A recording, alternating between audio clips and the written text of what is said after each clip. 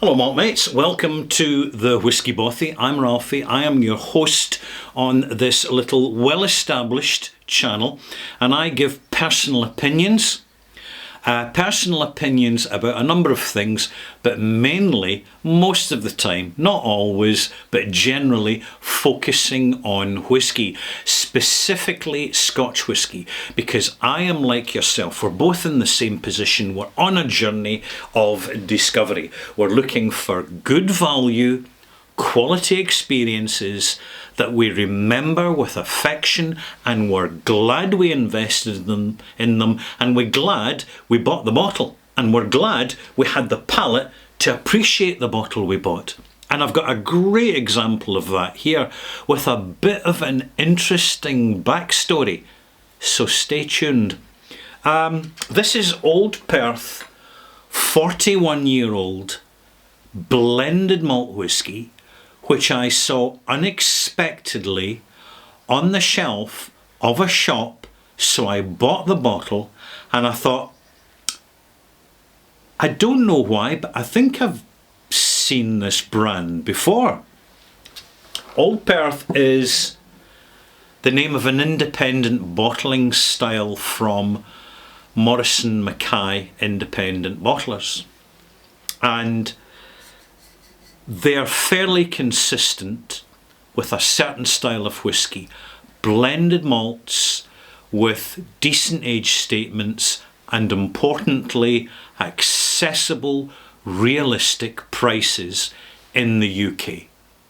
As soon as these bottles leave the UK and they go into other countries, a word of warning: because of the high age statement, the prices climb very quickly.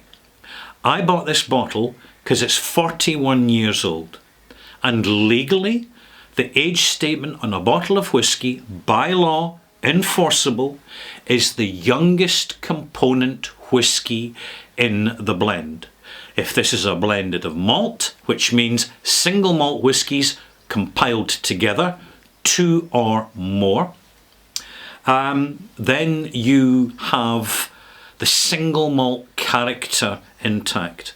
If this was blended Scotch whisky, it would have column still, mixed mash bill, mainly corn, barley, wheat, column still whisky in it, which would change its character slightly depending on the proportion in the mix of the column still in relation to the single malt whisky.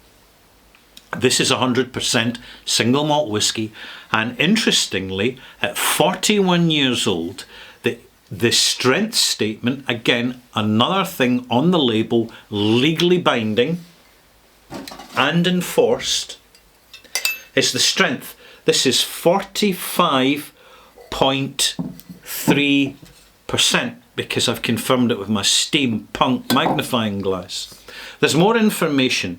This was distilled in 1977. Question for you malt mates. Can you remember 1977? I know it doesn't look it, but I certainly do. I was at school, I was high school, learning O-levels and looking at hires and hating every single minute with a passion. I despised school because I realised without realising it that school is a place of indoctrination for the minions in the system. It's what it is. Anyway, something else that's worth mentioning on the label where it matters is that, excuse me, I need to clean the lens of this, that this is a limited bottling of 515 bottles from a single cask. That means the cask, it's got to be a big cask. It also means that it's probably a butt. We know for a fact, doing a little bit of peripheral investigation and examining the colour, which in my opinion is natural, that this is sherry butt cask matured. Now, if it comes from a single sherry butt, so a little bit of forensics going on here, even before we taste it, but I will pour some now. We know that this has been pre-blended from separate casks into one cask, and it has continued maturing in a large cask which was quite full, because they got 515 bottles out of it, and the strength for the age is reasonably high. You see, sherry butts, big wooden vessels for maturing whisky, when they're heavier and bigger, they need to be stronger. Something you never hear. The actual thickness of the wood for creating sherry butts compared to bourbon casks is thicker, and frequently the wood is denser for structural integrity. There are more hoops to hold the cask together, simply because of the volume and weight and cumbersomeness of moving and shifting that cask, which needs to be done by forklift. Right, I've given you some background forensics which an experienced whisky drinker wants to know before we actually smell and taste a 41-year-old blended malt. Why did I buy it? It was £140 a bottle. 41-year-old, genuine age statement, sherry matured.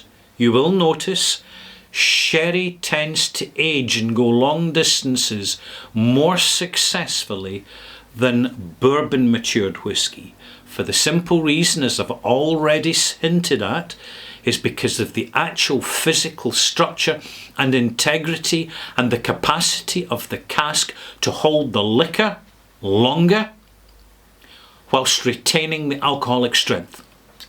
Cheers.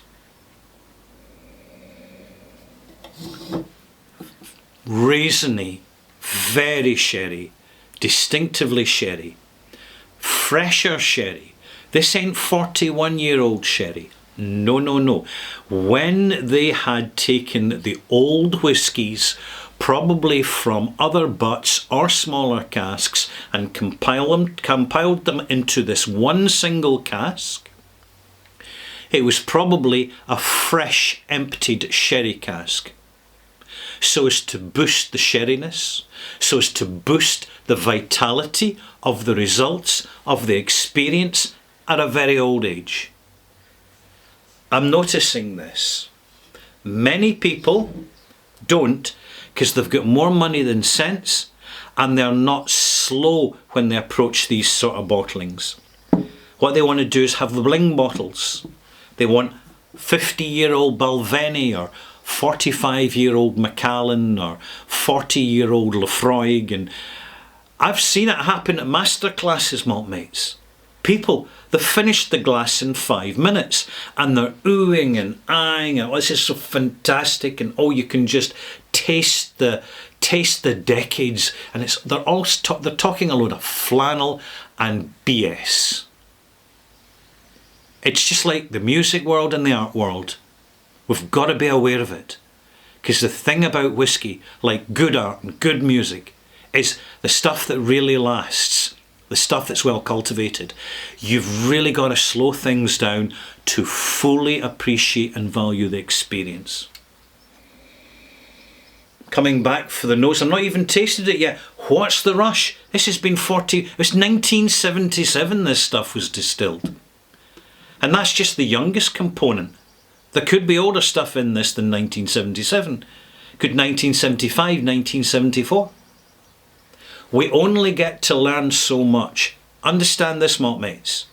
We always know a lot less about a bottling than its true history has entailed. And it's with experience you start to spot this. And then you have to rely on the smell and taste to get your bearings. Taste. Tiny, tiny taste.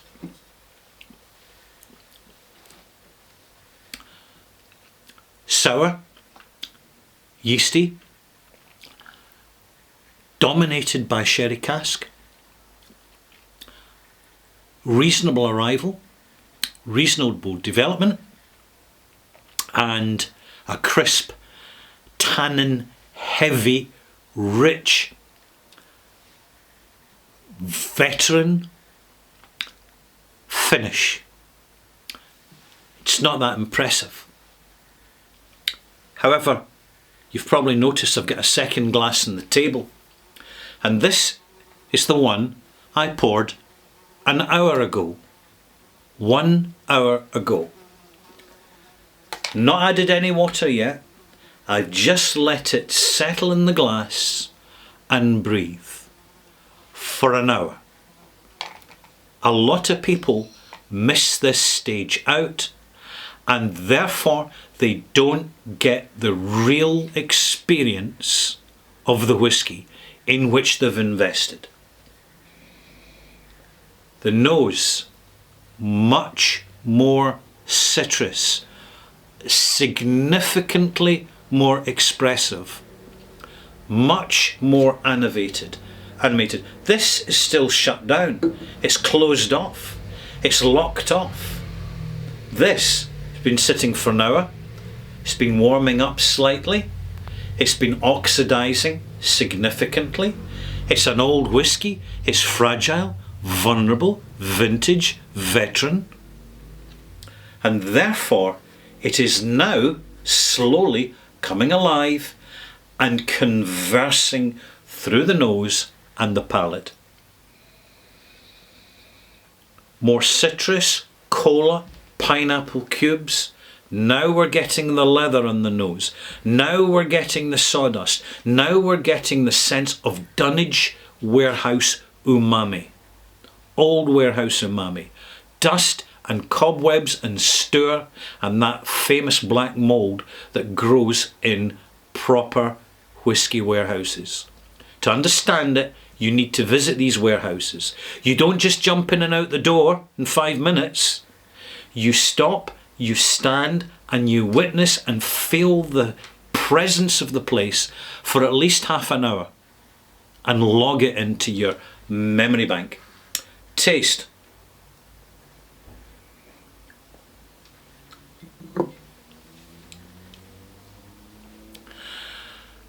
The component malts, which in my opinion are Highland, possibly Speyside, but mainly Highland, because of that crispness and that interaction of the malt with the tannins from the sherry cask, are much more alive and much more animated. We're halfway there. I'm going to add some water now. How much? Very little. It will certainly help. I'm going to add 2 millimeters. No, that was 1 milliliter. 1 milliliter of water. That's all it's getting. And I may as well do the same to the other glass, because they're certainly not going to go to waste. I'm looking at the swirling effect in the glass. I'm not seeing too much. I'm asking myself, is this chill filtered? The answer, no, I don't think so. I really don't think so. Should we be seeing it cloudy up? Yes, but at the same time, it's going to take time because I can't add too much water. Old whiskies, over 25 years old in particular, very easily drown when you add too much water, and the drowning is when you add enough water, it just tastes dilute, over dilute, and you cannot recover it.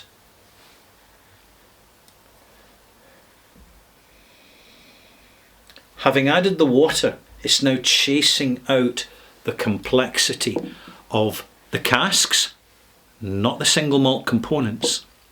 They are exhausted. They've gone a long, long distance.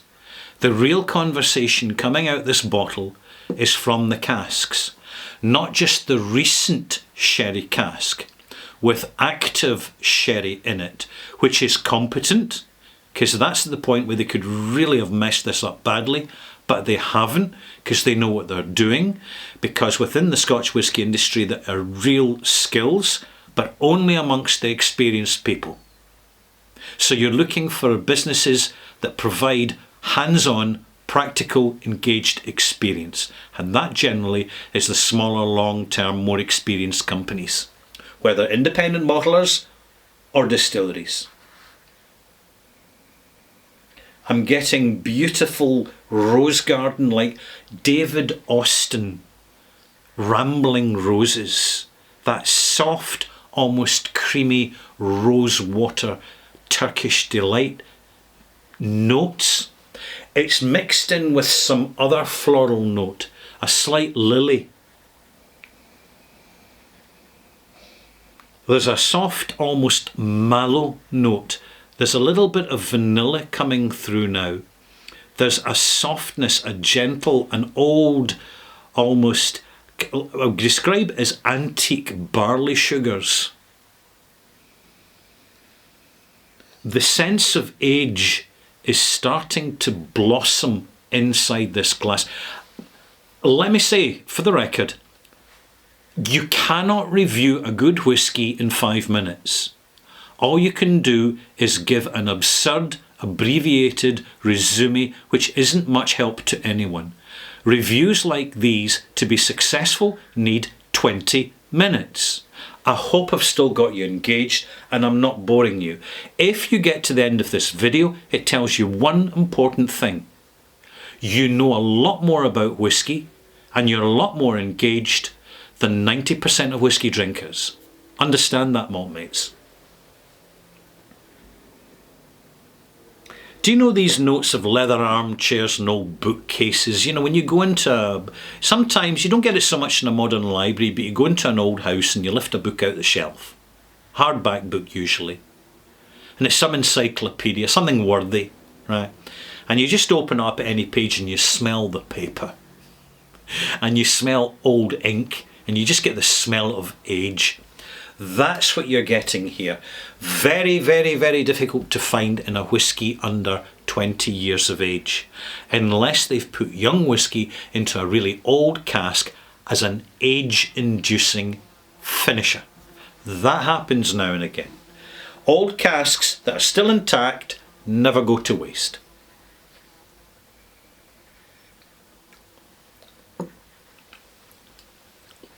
Soft. Muscovado sugar, sherry, dominant, very dominant. But now the malt and barley extract type notes of the contributory malt whiskies are coming through in the background. They're hinting of their presence, but it continues to be dominated by sherry notes. The glass I've just poured, I've added some water. Is it any different? It's now, having added the water, it's becoming more alive on the nose. On the palate, just a little bit sweeter and a little bit creamier. This is a little, having had more time in the glass, having had that extra hour, full hour. It's a little bit more elemental, a little bit more deconstructed than what we have in the very recent pour.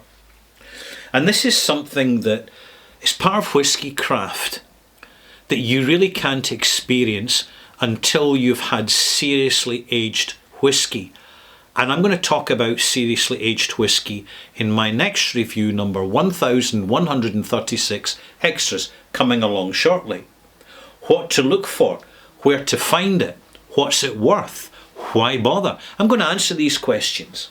In the meantime, I'm going to give this a mark. But before I do so,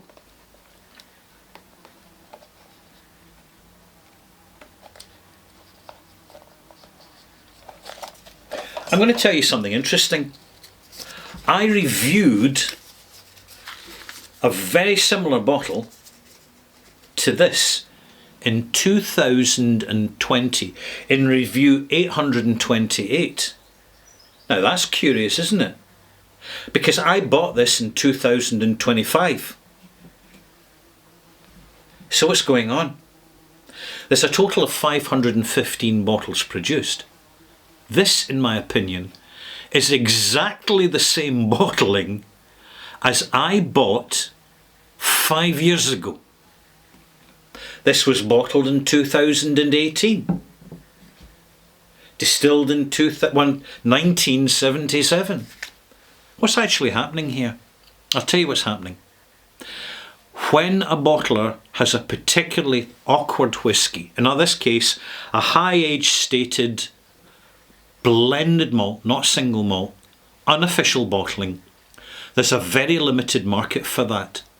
And what they do is they put the release of the bottling out in batches or installments of, say, one case at a time to select retailers who are likely to sell this sort of bottling. And it's only when they've been completely sold, and there's a gap of another year, that they go into their warehouse where they've got the remainder of the bottles and they start to release them as well. Question, you've got Maltmates, can you go out and buy that bottle today? Probably only at auction. You may be asked now for £500 a bottle. It's not worth that. I paid £140 for this. Retail. £140.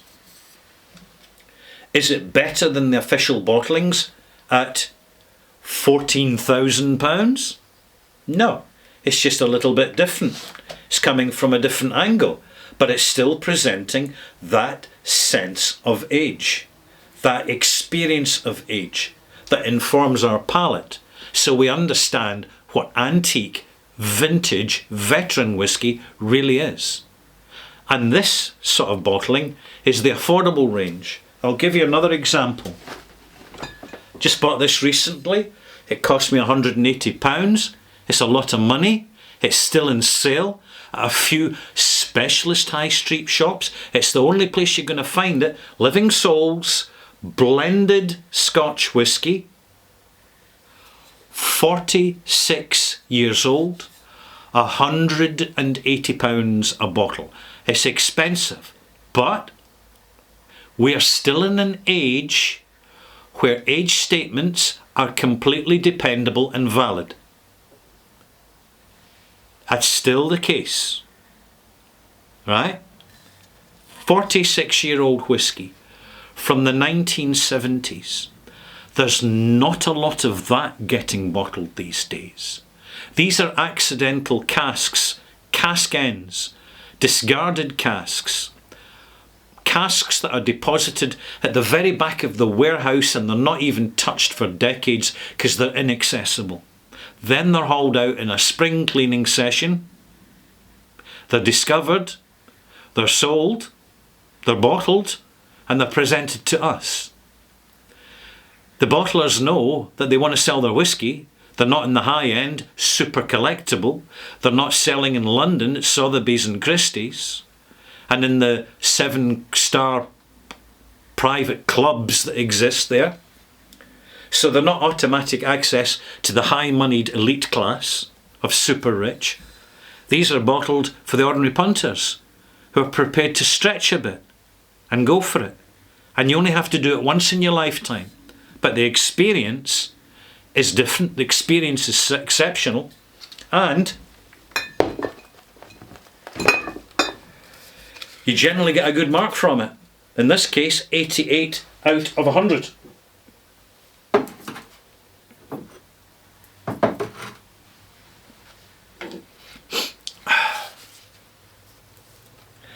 This is a fascinating journey. This is obscure stuff. This is serious anorak stuff. But my goodness, it really informs your journey. And the beautiful thing about this is, if you're in the right place at the right time and you move quickly, and in a sense I have the advantage of that being at the epicentre of availability of Scotch whisky in the world, you spot these bottles and you do a very quick no more than a minute just checking it up, making a decision. You go for it. Because see, if you leave your decision till later, you'll come back and it will be gone. These barrels still exist. They are bottled by North Star, Living Souls, Old Perth. These veteran old things that just come out the warehouse for no systematic reason in particular, and nowadays there really is interest in them because they're a fascinating window into the past and the durability of maturation over time, even when in this case really tired old single malt has gone into a fairly new cask, and you can tell, but they have bonded beautifully. They have spent time together, and the cask in fact has invigorated and revitalised the component whiskies, creating something genuinely heartwarming. That's all I have to say for the moment. See you soon.